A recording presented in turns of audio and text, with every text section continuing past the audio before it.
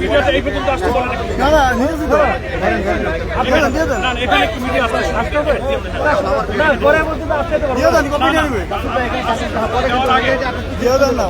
যাবে না যাবে না ঠিক আছে মিডিয়া এই পর্যন্ত বলেন যে একটা ভাই আমরা ওটা মিস করছি তো একটু পরে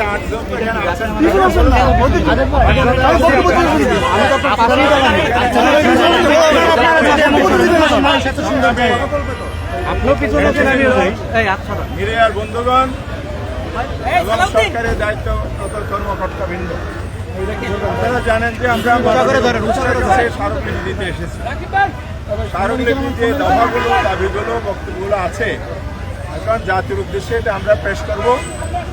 এরপরে আমরা মাননীয় উপদেষ্টার সাথে সাক্ষাৎ করে প্রদান করবো এবং আলোচনায় মঞ্চ ফিরে এসে আমরা আবার ব্রিফ করবো। কিন্তু যাওয়ার পূর্বে স্মারকলিপিটা সবার অনুভূতির জন্য দেশবাসীর জন্য জামাত ইসলামী মাননীয় সেক্রেটারি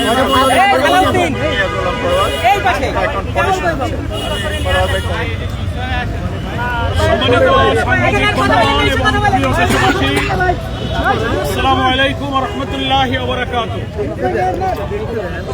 আমরা অন্তর্বর্তীকালীন সরকারের মাননীয় প্রধান উপদেষ্টা আটটি সমমনা দলের পক্ষ থেকে যে স্মারকলিপি আজকে পেশ করতে যাচ্ছি সেটা জাতি এবং দেশবাসীর অবগতির জন্য জমা দেওয়ার আগে জানিয়ে দেওয়া আমরা প্রয়োজন মনে করছি। সেজন্য বাংলাদেশ জামাত ইসলামীর আমির ডক্টর শফিকুর রহমান, ইসলামী আন্দোলন বাংলাদেশের আমির পীর সাহেব চরমনাই, মুফতি সৈয়দ মোহাম্মদ রেজাউল করিম, বাংলাদেশ খেলাফত মজলিসের আমির মৌলানা মামুনুল হক, খেলাফত মজলিসের আমির অধ্যক্ষ মৌলানা আব্দুল বাসিত আজাদ, বাংলাদেশ নিজামে ইসলামী পার্টির আমির অধ্যক্ষ মৌলানা সরওয়ার কামাল আজিজি, বাংলাদেশ খেলাফত আন্দোলনের আমির মৌলানা হাবিবুল্লাহ মিয়াজি এবং জাতীয় গণতান্ত্রিক পার্টির সভানেত্রী ব্যারিস্টার তাসমিয়া প্রধান এবং বাংলাদেশ ডেভেলপমেন্ট পার্টির সভাপতি অ্যাডভোকেট আনারুল হক চান,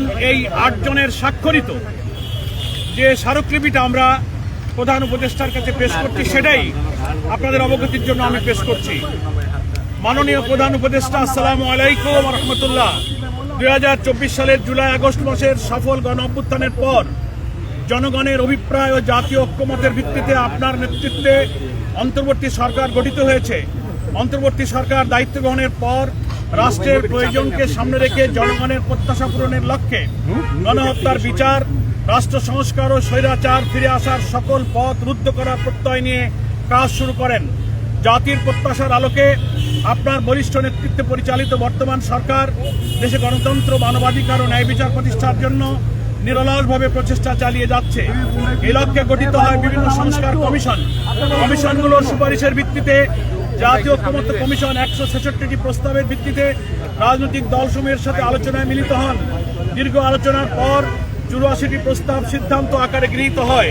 অনেকগুলো প্রস্তাবের সাথে কতিপয় রাজনৈতিক দল ভিন্ন মত পোষণ করায় সেগুলোর ব্যাপারে গুরুত্বপূর্ণ সিদ্ধান্ত গ্রহণ করা সম্ভব হয়নি। আপনার নেতৃত্বে গঠিত ঐক্যমত্য কমিশন দীর্ঘ প্রচেষ্টার পর প্রায় 31টি রাজনৈতিক দলের সহযোগিতায় জুলাই ঘোষণাপত্র জাতির সামনে পেশ করেছে। জুলাই জাতীয় সনদে 2-1টি দল বাদে রাজনৈতিক দলসমূহ স্বাক্ষর করেছে।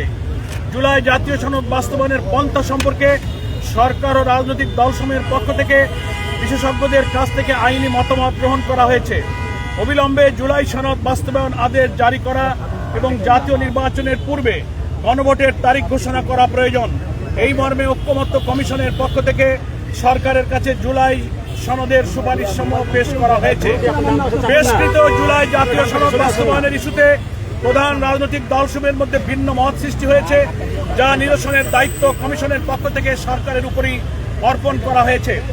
সরকার অদ্যাবধি জুলাই সনদ বাস্তবায়ন ও গণভোট সম্পর্কে কোনো সিদ্ধান্ত ঘোষণা করেনি।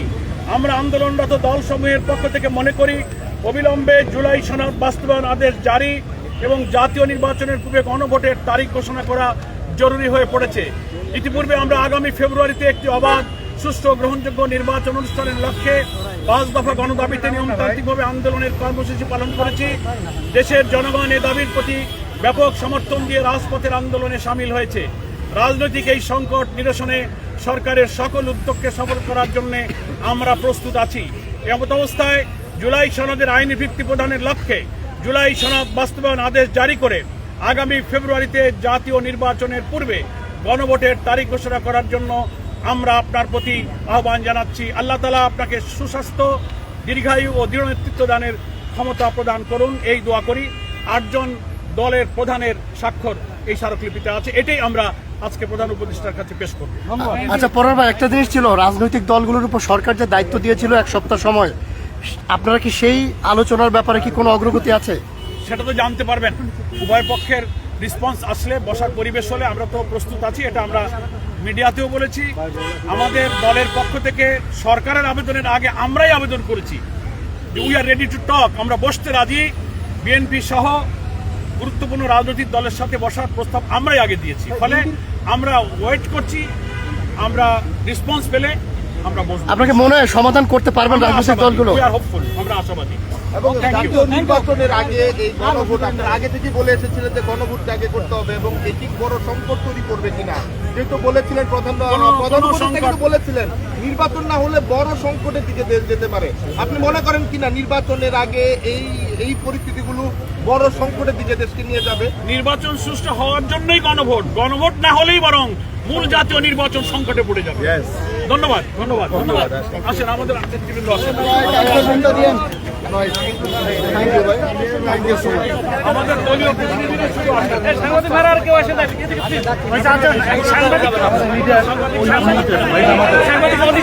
আমাদের দুইজনের অনুমতি নেওয়া আছে, আমাদের দুইজনের অনুমতি নেওয়া আছে ভাই। না কেউ না